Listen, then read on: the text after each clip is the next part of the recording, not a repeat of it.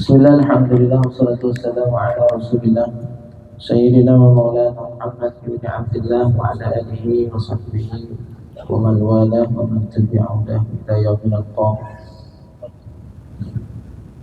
Rabbi shrah li sadri wa yassir li amri wahlul 'uqdatam min lisani yafqahu qawli.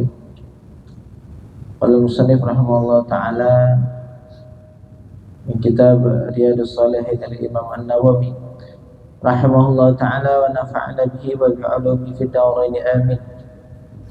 Bismillah.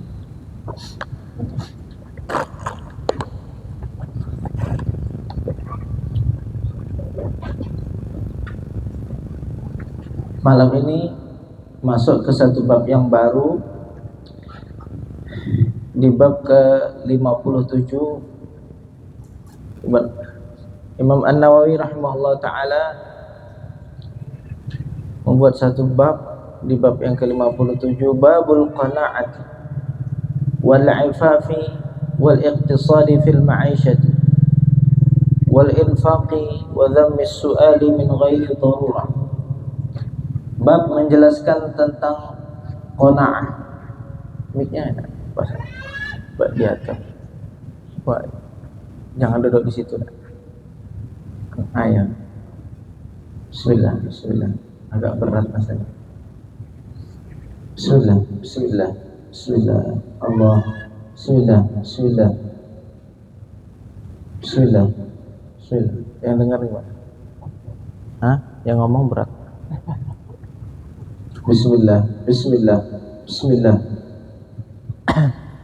bismillah.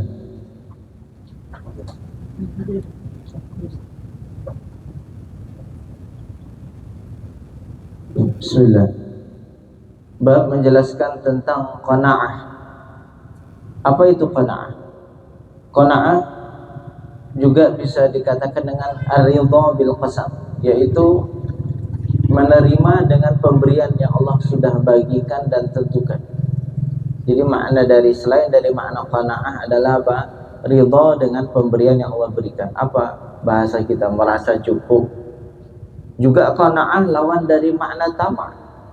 Kalau qanaah itu merasa cukup apa yang telah Allah berikan. Kalau tamak adalah meminta sesuatu yang tidak Allah berikan. Itu disebutkan tamak. Sumber dari tamak itu apa? Sumber dari tamak itu satu, cinta dunia. Ya, seseorang ketika kuat cinta dunianya, maka akan kuat tamaknya, akan kuat harisnya kepada dunia. Apa itu haris? Pingin apapun yang ada di dunia dimiliki. Itu sumbernya dari mana? Hubbud dunia, cinta dunia. Dan Nabi SAW pernah bersabda, hubbud dunia ra'su kulli khati'ah. Cinta dunia itu adalah sumber dari segala kesalahan. Itu makna qanaah. Wal ifaf dan al ifaf. Apa itu ifaf? Ifaf itu menjaga harga diri di hadapan Allah Subhanahu wa taala, sehingga murni pengabdian kita cuma kepada Allah. Sedangkan orang yang di dalam hatinya tidak murni mengabdi kepada Allah, tidak yakin begitu Allah yang akan menjamin kehidupan, akan ada sisi kehidupan dalam diri, yaitu tamak dengan apa yang ada di tangan manusia. Kalau lihat orang punya apa, dalam hatinya punya harapan, saya pingin kayak dia itu, dan saya pingin orang itu ngasih saya. Itu tidak menjaga iffah, tidak menjaga harga diri. Harga diri sebagai mukmin di hadapan Allah. Ya. Wal iqtisad fil ma'isyah, dan iqtisad fil ma'isyah, sedang-sedang saja dalam kehidupan. Tidak berkurangan, tidak juga berlebihan. Wal infaq, dan juga sedang saja dalam berinfak. Nanti ada kita baca ayat. Berlebihan tidak bagus, terlalu bakhil juga tidak bagus. Jadi segala sesuatu itu tidak ada yang namanya bagus berlebihan. Apapun itu, walaupun ibadah, ya, berlebihan boleh. Nanti kita baca kisah-kisah hadisnya, yang dimana Nabi SAW melarang sahabatnya yang melampaui batas kemampuan manusia untuk melakukan ibadah. Kenapa? Yang kita hitung bukan hari ini, yang kita hitung 10 tahun akan datang. Bisakah dengan banyak ini kita melakukan ibadah tetap istiqomah di 10 tahun akan datang. Nah, perhitungannya di situ nanti. Wa dzammis su'al, dan hinaan, celaan terhadap banyak meminta-minta. Ya, ya. Min ghairi darurat, kalau ndak darurat jangan minta. Sampai ada istilah apa? Sampai ada baiat Nabi SAW, sahabat minta baiat. Ada sahabat itu minta baiat sama Nabi. Lalu Nabi ngasih satu amalan. Apa amalannya? Mintalah kepada Allah untuk jangan meminta kepada siapapun. Minta ini bukan hanya aku minta duit, minta utang, enggak, Pak. Minta tolong, itu pun bagian dari hal yang tidak dilakukan sama orang yang baiat sama Nabi. Berat itu. Jadi kalau Maulana Syekh pernah jelaskan, loh, minta tolong sama istrinya, tolong ambilin itu enggak. Berat enggak? Tolong ambilin sendal itu, sekarang lagi tidak pakai sendal itu kotor nih, tolong ambilin sendal itu kan. Wah, ada baiat begitu sama Nabi SAW. Karena memang wazammis su'al, dan ada celaan terhadap meminta sesuatu min ghairi daruratin, kalau tidak darurat itu tercela. Tapi kalau darurat itu tidak tercela. Qala Allah Ta'ala, Allah Subhanahu wa Ta'ala berfirman, wa ma min dabbatin fil ardi illa 'ala Allahi rizquha, tidaklah dari sesuatu apapun yang di atas muka bumi Allah, makhluk yang di atas muka bumi Allah, kecuali Allah yang sudah menjamin rezekinya. Ayat ini menjelaskan kepada kita tentang supaya hati kita tuh jangan tamak kecuali cuma kepada Allah. Tamak itu boleh, menghinakan diri boleh enggak? Boleh, cuma bukan kepada makhluk, tapi kepada siapa? Kepada Allah. Hinakan serendah-rendahnya, tapi bukan kepada makhluk, tapi kepada Allah. Tamaklah setamak-tamaknya, cuma jangan sama makhluk, bukan tempatnya. Wa qala ta'ala, dan Allah Subhanahu wa ta'ala berfirman, lil fuqara'il ladzina ahsiru fi sabilillah la yastati'una darban fil ardi yahsabuhumul jahilu aghniya'a minat ta'affufi ta'rifuhum bisimahum la yas'aluna an-nasa ilhafa. Berinfaklah kepada orang-orang fakir. Orang-orang fakir yang mereka itu uhsiru fi sabilillah, yang mereka itu tertahan diri mereka dalam jihad di jalan Allah. Jadi mau infak ke siapa? Orang-orang yang diri mereka tertahan di jalan Allah. Kalau zaman dulu orang yang sedang berperang di jalan Allah lalu takut sama musuh sehingga mereka tidak bisa berbuat apapun, kerja tidak bisa, berdagang jualan tidak bisa, akhirnya mereka orang yang paling layak untuk diberikan infak. Nah, ulama sekarang mengatakan apa? Nah, sekarang orang-orang yang terbatas, yang tertahan di jalan Allah siapa? Orang-orang yang lagi ngaji itu, orang lagi mondok, mereka kerja ya tidak ngaji. Di sini yang sudah kerja bisa mondok utuh dari pagi sampai malam bisa? Tidak bisa. Kenapa? Ya karena punya kehidupan, punya keluarga yang harus dinafkahi. Nah, mereka tertahan untuk jalan Allah. Ya, mereka tertahan untuk di jalan Allah. Sehingga kalau ada pendapat ulama begini, walaupun kalau asnaf zakat itu tidak ada namanya untuk penuntut ilmu, itu tidak ada, Pak. Yang ada itu sabilillah. Sabilillah itu siapa? Orang yang berjihad di jalan Allah untuk apa? Memerangi orang-orang kafir, menegakkan kalimat la ilaha illallah. Kalau dalam asnaf 8 tidak ketemu kita ada santri kok dapat zakat, itu tidak ada. Apalagi guru ngaji juga tidak ada. Lalu ulama mengatakan, zaman sekarang jihad fisabilillah adalah mereka yang berjihad menyebarkan agama. Kenapa? Mereka menghabiskan waktunya untuk itu, untuk agama. Sehingga kalau ada, seorang ulama fikih ngomong gini, sehingga kalau seandainya ada seorang santri mondok, kalau dia kerja pasti tidak mondok. Kalau kerja pasti tidak mondok, maka orang seperti ini berhak dan sah kita memberikan zakat kepada mereka. Coba suruh kerja, bisa tidak mondok? Tidak bisa. Waktunya pasti akan habis untuk kerja. Sudah sisa capek waktu ngaji, yang ngantuk. Makanya kita ngajinya begini, santai-santai gini Pak, tidak ada ujiannya. Kalau santri harus diuji, belajar untuk diuji lagi supaya dites berapa kemampuan. Kalau ini kita tidak tahu kemampuan jamaah. Ayo, setahun yang lalu kita ngaji hadis apa? Wallahu a'lam. Ya kan? Kenapa yang penting bisa hadir ngaji, duduk dengerin hadis Nabi, biar hatinya tidak keras 40 hari tidak dengar nasihat. Gitu dah, itu yang dicari. Tapi orang yang nanti setelah belajar mereka akan menyampaikan, ini yang harus kita jaga. Karena mereka tertahan diri mereka di dalam pesantren untuk apa? Untuk sabilillah, untuk menjaga agamanya Allah Subhanahu wa ta'ala. Lil fuqara'il ladzina uhsiru fi sabilillah, berinfaklah kepada orang-orang fakir. Orang fakir yang mereka tertahan di jalan Allah, tidak bisa ngapa-ngapain karena menjaga agama Allah, menjaga jalannya Allah Subhanahu wa ta'ala. La yastati'una fil ardi darban, la yastati'una darban fil ardi, mereka tidak mampu untuk bisa kemana-mana ya karena tertahan. Yahsabuhumul jahilu aghniya'a minat ta'affuf, orang-orang yang tidak tahu mengira mereka itu orang kaya. Lo ndak kerja bisa makan, ndak kerja bisa hidup. Santri itu ya ndak kerja tapi bisa makan. Lo itu kok ndak ngapa-ngapain kok bisa hidup. Lo kita ya harus banting tulang baru bisa hidup, gitu dak. Lo ini disinggung dalam Al-Quran. Orang-orang ndak tahu pasti ngira, lo orang tuh kok bisa hidup ya, kayaknya dari pagi malam ndak kerja, gawinya itu, tapi kok bisa hidup. Lo santri itu lo bisa makan, bisa ngaji, ndak mikirin apa ma'isyah, kehidupan. Nah, orang-orang yang ndak tahu akan mengira mereka itu orang-orang kaya. Minat ta'affuf, kenapa? Karena dilihat mereka tidak pernah meminta-minta.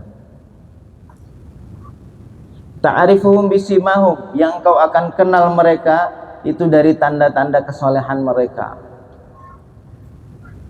La yas'aluna an-nasa ilhafa, mereka itu tidak meminta-minta secara memaksa kepada orang lain. Ini fadilah, keutamaan.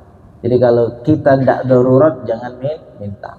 Seandainya sudah ada permintaan lalu ada orang yang tidak mampu memberikan, tidak usah dipaksa. Ini akhlak yang diajarkan oleh Nabi kita Muhammad sallallahu alaihi wasallam.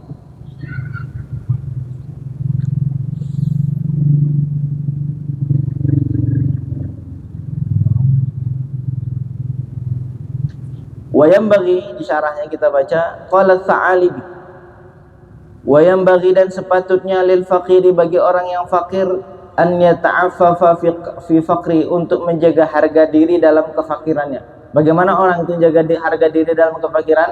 Wa yaktafi bi ilmi rabbih, dia meyakini cukup Allah tahu kesulitan saya sudah. Qala al-Arif billah ibni Abi Jamrah, Al-Arif billah ibni Abi Jamrah berkata, qala ahli taufik berkata, man lam yardha bil yasir fahuwa asir, siapa yang tidak menerima dengan yang sedikit maka dia jadi tawanan.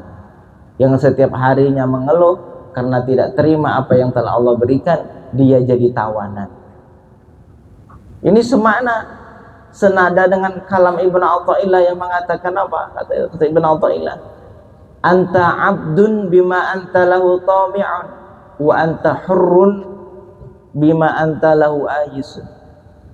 Engkau itu menjadi hamba bagi sesuatu yang engkau selalu bayangkan untuk kau harapkan. Betul lah, kita jadi hamba terhadap apa yang kita itu tamak sama itu. Ayo pikirin, kita dalam bayangan sehari-hari ini apa yang kita pinginkan? Oh, ini belum tercapai. Coba kalau tidak kita jadi hambanya, kita akan tertawan, pikiran kita tertawan, hati kita tertawan, bahkan saat zikir ibadah pun kita tertawan, tidak bisa khusyuk dalam ibadah. Tertawan, terjaga apa? Terikat, terpenjara pikiran kita semua. Terhadap apa?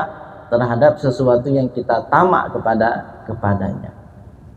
Wa anta hurrun, dan engkau akan menjadi orang yang merdeka terhadap sesuatu yang tak kau inginkan.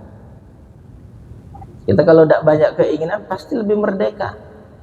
Makin banyak keinginan makin tertawan, makin jadi budak, makin jadi hamba saya. Itu kata Ibnu Athaillah, sesuatu ada semakna dengan ini. Malam yarda bil yasir fahuwa asir. Siapa yang dirinya tidak menerima dengan pemberian yang Allah berikan, dia akan jadi tertawan. Kiaskanlah, bukan hanya masalah penghasilan bulanan, rezeki bulanan, apapun kiaskan. Entah itu jabatan, entah itu bentuk bidang usaha, entah itu anak, entah itu apalagi tetangga, entah itu istri, entah itu suami, apalagi kiaskan semuanya. Yang tidak menerima dengan sedikit yang Allah berikan, dia akan jadi tawanan. Siang malam jadi tawanan pikirannya, jadi tidak sempat ingat sama Tuhan. Betul tak? Kapan tidak sempat ingat sama Allah? Pikiran hatinya tertawan dengan apa yang dia mau. Makanya makin sedikit kemauan, makinlah dia bebas. Makin dia bebas, makin dia bisa mesra dengan Tuhan. Ayo direnungin lah, kita sama-sama lah. Sama Al-Fakir yang megang mic juga, sama-sama kita belajar merenungi kalam-kalam seperti ini ya. Dulu, ingat dulu waktu ketika masih kecil ya, dulu di tetangga rumah sebelah ada hajatan, sehingga pengen beli mainan. Dulu Al-Fakir waktu masih kecil, sehingga ketika tidak dibelikan mainan, tidak pindah dari tempat jualan itu, tidak pindahnya, nangis pokoknya, nangisnya. Sampai kapan? Sampai dikasih. Sudah dikasih, luar biasa, senangnya luar biasa, baru pikiran lega. Belum ridho, belum dapat, tidak akan tenang. Sudah dapat, malamnya sampai terbawa tidur, besok sudah lupa dengan mainan. Kemarin anak juga minta belikan gasingan, sesaat nih minta beli gasingan, dibelikan, lalu malamnya sudah tidak main lagi. Sudah dapat, sudah tidak terpikir lagi. Loh, kita itu loh dengan barang yang kita tamak tuh begitu semuanya Pak. Apapun lah coba kita tamak apa, sudah dapat tidak lagi Pak. Jadi makin mensedikitkan keinginan, makinlah diri kita menjadi orang merdeka. Semakin merdeka akan makin banyak waktu kita, hati kita, pikiran kita untuk Allah. Ini sepele ucapannya, tapi kalau diamalkan indah. Diamalkan dalam kehidupan kita ini.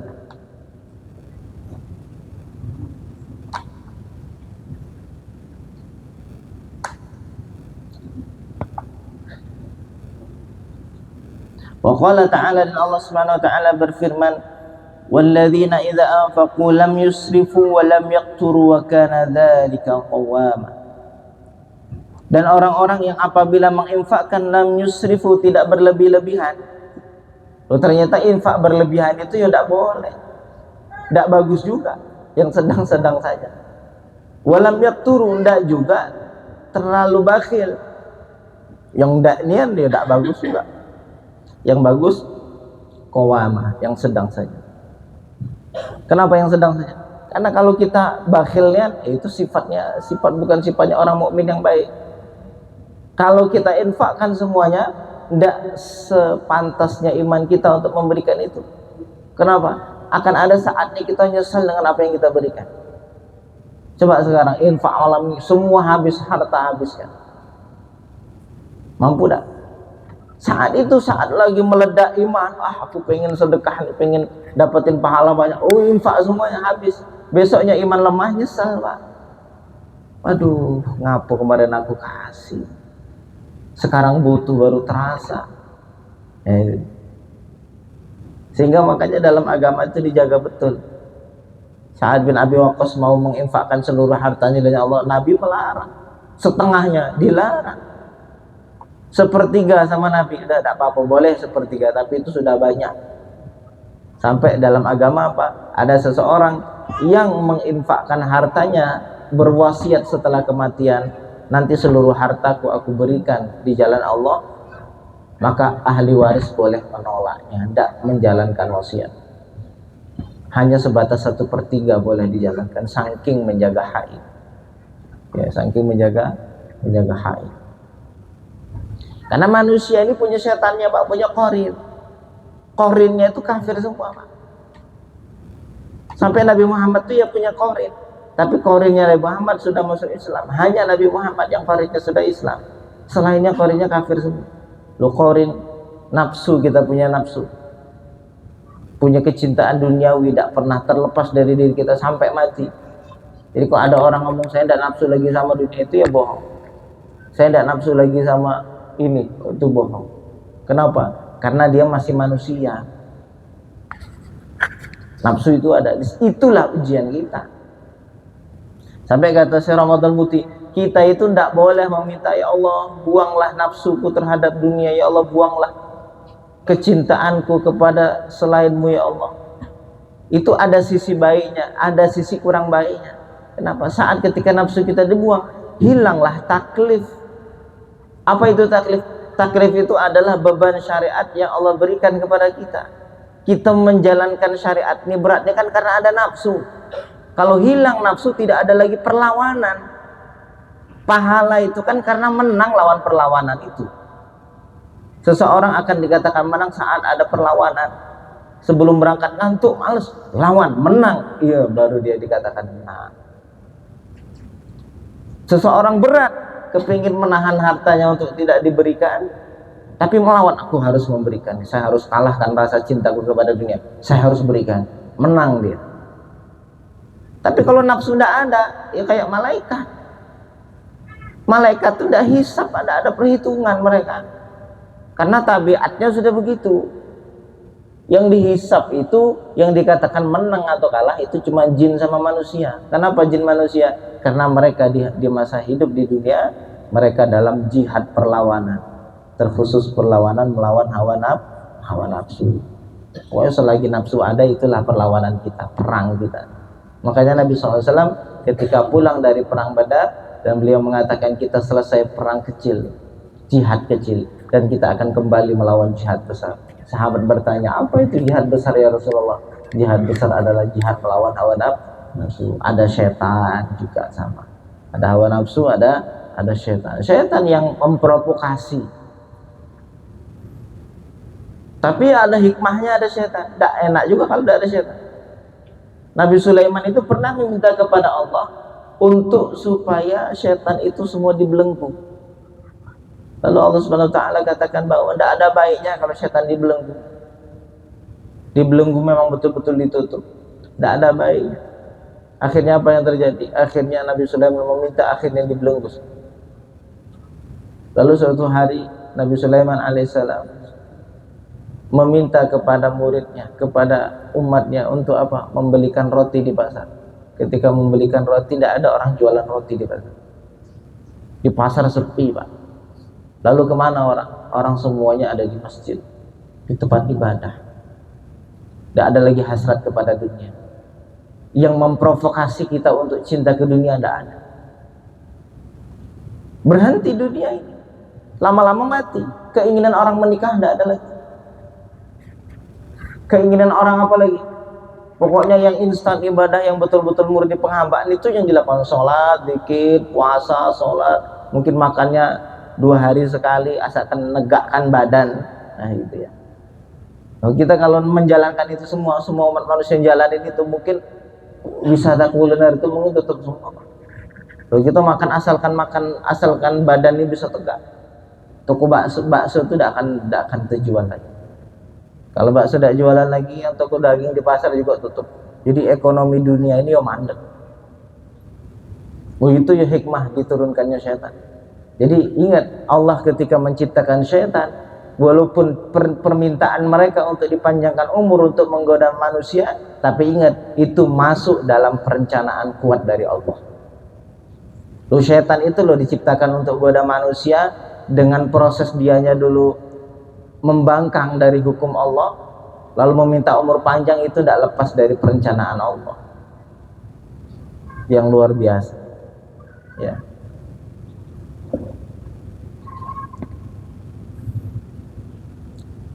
Wa qala ta'ala, Allah Subhanahu wa taala berfirman, "Wa ma khalaqtul jinna wal insa illa liya'budun."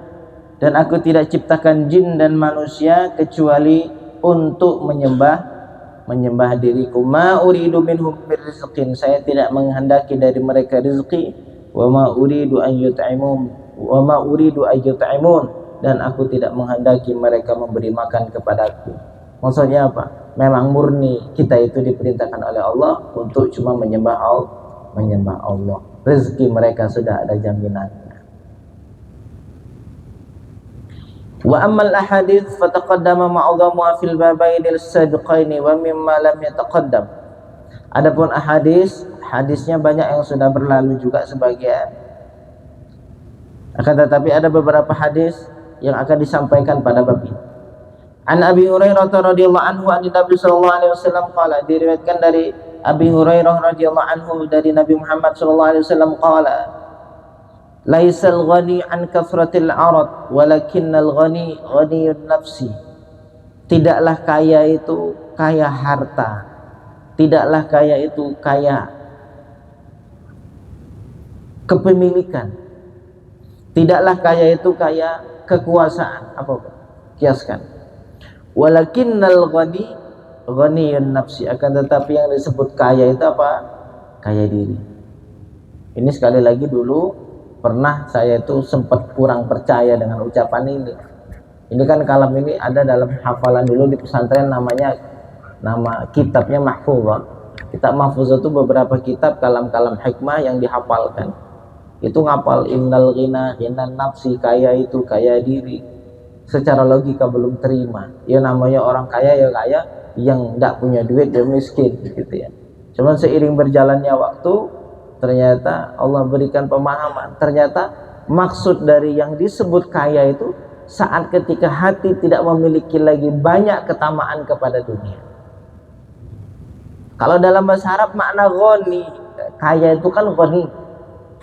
Apa makna ghani? Ghani itu artinya yang tidak butuh. Kalau ngomong terjemah, ghani itu apa? Yang tidak butuh. Jadi yang disebut kaya itu saat ketika dirinya sudah tidak butuh. Tapi saat ketika dirinya banyak ketamakan, maka dia termasuk orang fakir. Fakir itu tamak tak? Tamak dia kepada apa yang dimiliki orang lain, pengen kayak orang lain, meminta kepada apa yang dimiliki orang lain. Fakir. Nah kita punya semuanya tapi hatinya masih tamak, masih miskin. Nah kembali lagi seperti ucapan siapa tadi? Ucapan Sayyidi Ibn Athaillah Sekandari, engkau akan menjadi hamba bagi sesuatu yang engkau tamak kepadanya. Terkekang kita jadi miskin, jadi hina terhadap apa? Sesuatu yang diri kita tamak kepadanya. Dan kita akan menjadi kaya, menjadi merdeka, menjadi bebas semakin kita tidak banyak mengurangi keinginan duniawi dalam hati. Boleh diuji ya. Ya kita semua merasakan.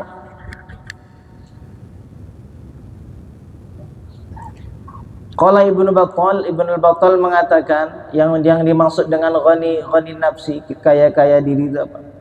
Makna hadis, makna dari hadis, laisa haqiqatul ghina kathratul mal, bukanlah hakikat kaya itu adalah dengan banyaknya harta.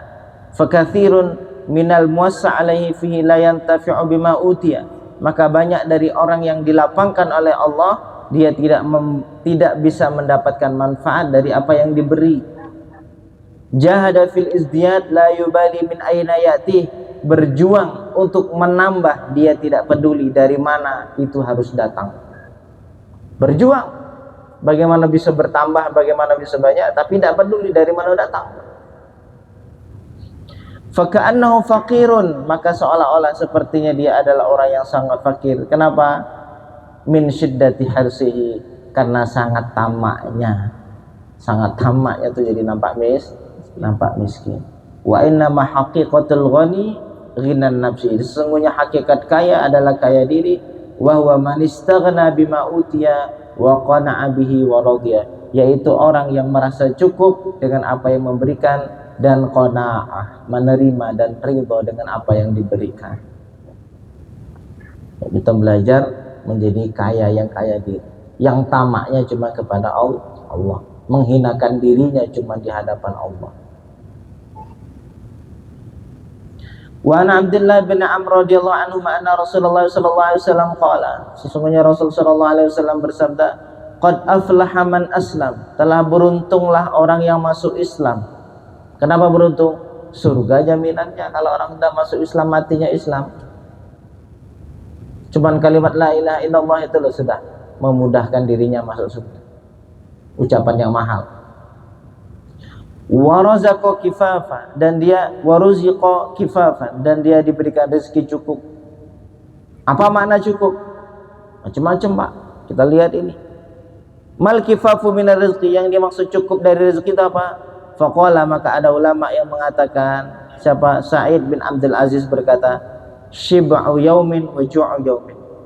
Kenyang sehari, lapar sehari, itu yang disebut cukup. Berarti kalau setiap hari makan kenyang itu berlebih. Kita semuanya di sini berlebih, makannya setiap hari kenyang. Loh, ini serius, Pak.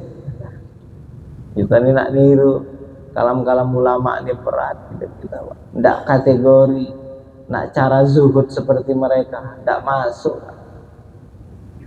Nah, yang disebut rezeki yang cukup itu apa?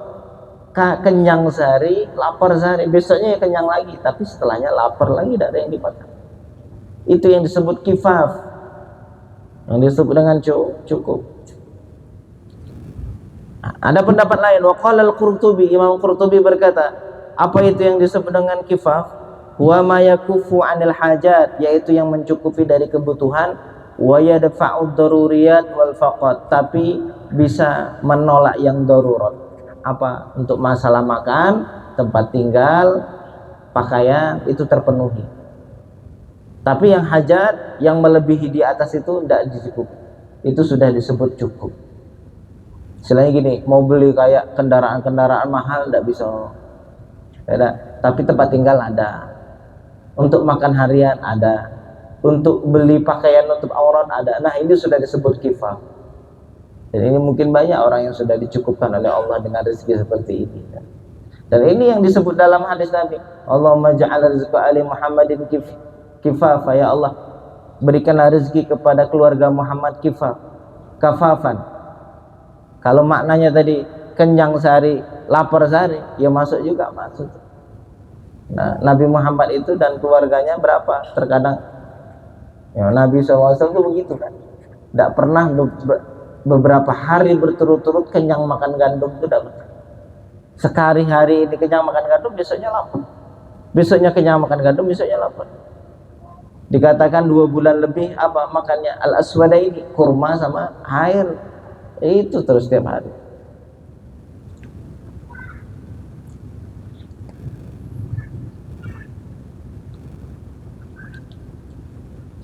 Kita baca hadis terakhir ya. Wa an Hakim bin Hizam radhiyallahu anhu qala, diriwayatkan dari Hakim bin Hizam, dia seorang sahabat yang mulia. Hakim bin Hizam, mudah-mudahan Allah meridainya, amin ya rabbal alamin. Qala, berkata, sa'altu Rasulullah sallallahu alaihi wasallam fa'atani, saya meminta kepada Rasul lalu Rasul memberi. Minta sama Nabi dikasih. Summa sa'altuhu fa'atani, kemudian saya minta lagi sama Nabi, dikasih lagi sama Nabi. Nabi itu kalau sudah ngasih tidak tanggung-tanggung, Pak. Orang itu Nabi pernah datang kepadanya harta ghanimah, harta fai dari Bahrain. Seperempat Masjid Nabawi penuh dengan harta perhiasan, emas, perak semua. Seperempat Masjid Nabawi. Ada orang datang kepada baginda SAW, bawa apa? Bawa anggur seberapa? Ya sebatas mangkok. Dikasihnya kepada baginda anggur, diambil sama baginda anggurnya. Lalu Nabi mengambil segenggam perhiasan, dimasukkan ke dalam mangkok. Ya, sallallahu alaihi wasallam. Dari Hakim bin Hizam radhiyallahu anhu berkata, saya meminta kepada Rasul lalu Rasul kasih. Lalu saya meminta kepada Rasul lalu beliau kasih. 2 kali minta sama Nabi, dikasih sama Nabi. Summa qala, kemudian Rasul bersabda, ya Hakim, wahai Hakim, inna hadzal mal khadirun hulwun. Harta ini hijau yang membuat daya tarik, manis. Harta ini ada daya tariknya, uang itu ada daya tariknya, seneng orang pengen dapatnya, betul lah, betul. Nah, ada daya tariknya, ada. Memang perhiasannya begitu, sifatnya dunia. Faman akhazahu bisakhawati nafsin burika lahu fi, siapa yang mengambilnya memang butuh, tapi mengambilnya itu bisakhawati nafsin, dengan merasa cukup dengan apa yang Allah kasih, tidak dengan ketamaan, burika lahu fi, dia akan diberkahi. Semua orang akan ngambil rezekinya, Pak, tapi ada yang ngambilnya dengan ketamakan, ada yang ngambilnya dengan merasa qanaah, cukup dengan apa yang Allah kasih. Di posisi mana kita? Semuanya akan dapat.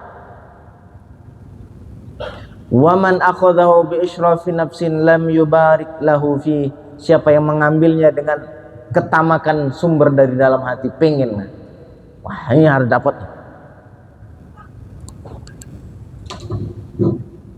ini pasti dapat, pasti untung, ini dapat nih, nah gitu. Bi israfi nafsin lam yubarak lahu fi, tidak diberkahi, walaupun dia pasti bakal ambil juga. Wa kana kalladzi ya'kul wa la yashba, dan orang yang mengambilnya dengan nafsu hasratnya, dia seperti orang yang makan tapi tidak kenyang. Bagaimana orang tidak makan tapi tidak kenyang? Wal yadul ulya khairun minal yadis sufla, tangan di atas lebih baik dari tangan di bawah. Qala Hakim berkata, faqultu ya Rasulullah, walladzi ba'atsaka bil haqq la arza'u ahadan ba'daka syai'an hatta ufariqad dunya. Wahai Rasulullah, demi Allah yang telah mengutusmu, aku tak akan meminta dan tak akan menerima dari siapapun setelah ini sampai aku mati. Sudah digituin sama Nabi. Ya Nabi tidak marah, minta ya dikasih, cuman dikasih tahu, wahai Hakim, ingat, dunia ini memang menggoda. Terlihat begitu indah, nampaknya pengen kita. Tapi ingat, siapa yang ngambilnya dengan tamak, dia akan seperti orang yang makan tidak kenyang.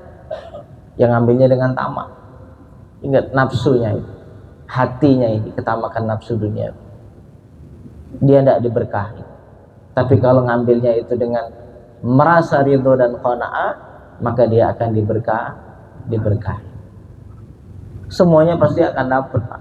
Sudah ada jaminan dari Allah, wa ma min dabatin fil ardi illa 'ala Allahi rizquha, tidak ada satupun makhluk kecuali sudah Allah jamin rezekinya.